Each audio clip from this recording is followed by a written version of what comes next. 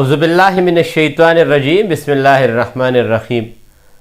زه حکیم زاهد ابن جعفر طلحه دباخانه نو شهر کینټ نه.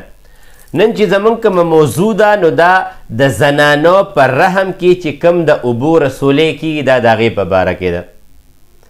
اصل کې دا کېږي ولې د دې وجوهات څه وي او آیا د دې په طب کې په حکمت کې د دې صحیح علاج شته او که نشته او که نه اپریشن به کوو. نو دا یاد ساتئ پر رحم کې رسولی دا د هغه زنانو کیږي چې کومې زنانه ګرم خوراکونه ډېر زیات کوي، مرچکې ډېر زیات استعمالوي، پکوړې، سموسې، دا چټنیانې وغیره یا تلی ہوئی زونه یا مالګیچن سیزونه زیات استعمالوي. نو د دې وجه دا وي دا د هغه زنانو کیږي زیات تر چې د کومو زنانو د خپو تلی سوځي یا د هغې د جګر څه ناڅه مسله وي یا تش امتیازي یې سوځي یا خوب صحیح نه ورځي. د داسې زنانو عموما چړچړاپن ډیر زیات وي، وجود یې دردونه هم ډیر زیات کوي، خوب هم دوی ته صحیح نه ورځي او د خبرې ښه طرف هم نه علي. ماینس تھنکنګ، ماینس پوینټ آف ویو د داسې زنانو ډیره زیاته وي.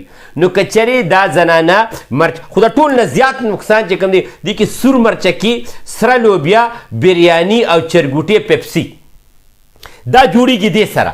نو لومبې احتیاط دا وکړئ چې د کومو زنانو لکه دا یاد ساتئ دا اوس دا ولې کیږي.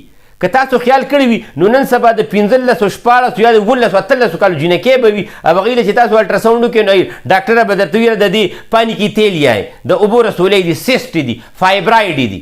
نو دا ولې کیږي لکه د هغې رحم استعمال شوی نه دی، یوز شوی نه دی. نو ولې کیږي؟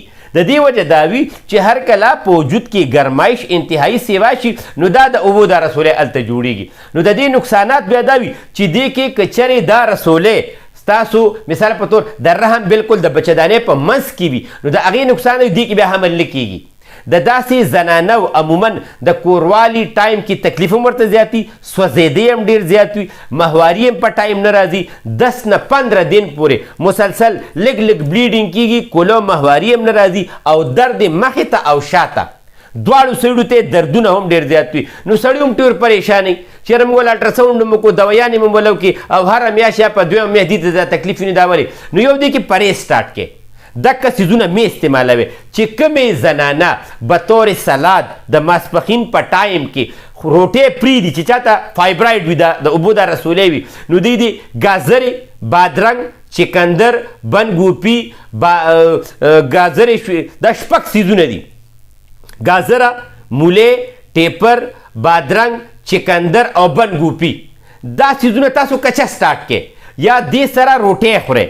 ټینډه، تورې، کدو، بینډې، د مهو دال، سپینه چڼه، سپینه لوبیا، پی د پیو لسی دا په خوراک کې عام سټارټ کړئ. کله کله نری غوښه هم خوړی شي. نو دا څیزونه که تاسو سټارټ کړئ نو ستاسو دا فایبرایډ د اوبو دا رسولی به نه جوړیږي او د دې مکمل علاج شته.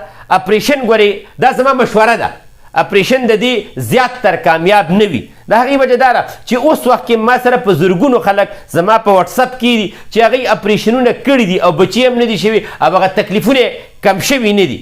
نو دا یاد ساتئ چې د کومو زنانو دا مسلې وي یا د کومو جینکو دا مسلې وي نو هغوی د ما سره رابطه وکړي. انشاءالله تعالی بغیر اپریشنه به الله تعالی 2 میاشتو کې الله تعالی به ډېر زیات فضل کوي. لکه ټیک کېږي به او چې د کوم ځای نه مو خوښوي الټراساونډ کوي. زما د خوښې ځای به نه چې ستاسو کوم ځای خوښ وي. د ډیلیوري سهولت زموږ ټول پاکستان کې موجود دی او هغه فری وي، هر ځای ته موږ کوو. زما د وټسپ چې چا ټیسټونه کړي یا الټراساونډ یې کړي زما د وټسپ نمبر ته راولېږئ، زه به مکمل پوه یم انشاءالله تعالی. د وټسپ نمبر دی 0333 91 38 479. دویم نمبر دی 0311 93 55 042. چې چاته د رسولو باره کې څه مسله وي رابطه کوي، الله به خپل فضل کوي انشاءالله. السلام علیکم.